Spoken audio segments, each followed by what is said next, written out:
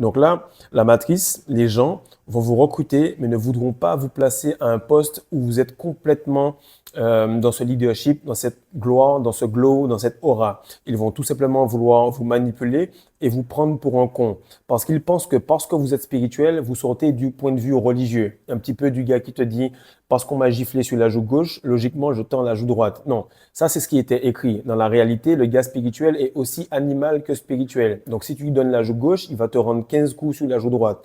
Et ce qui se passe, c'est que les gens stupides, et tu peux le voir dans l'administration, tu peux le voir avec le gouvernement ici au Sénégal, tu peux le voir avec le gouvernement français, au Canadien, peu importe. Ce sont les imbéciles qui sont placés dans la responsabilité parce que ce sont des marionnettes.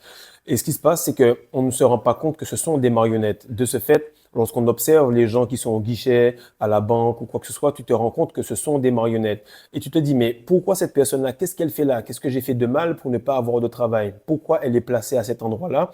Et pourquoi moi, je me retrouve à chercher du boulot? Puisque je suis un élu, Fredo m'a dit que je me retiens, que je fais les choses. Pourquoi je n'arrive pas à trouver du travail?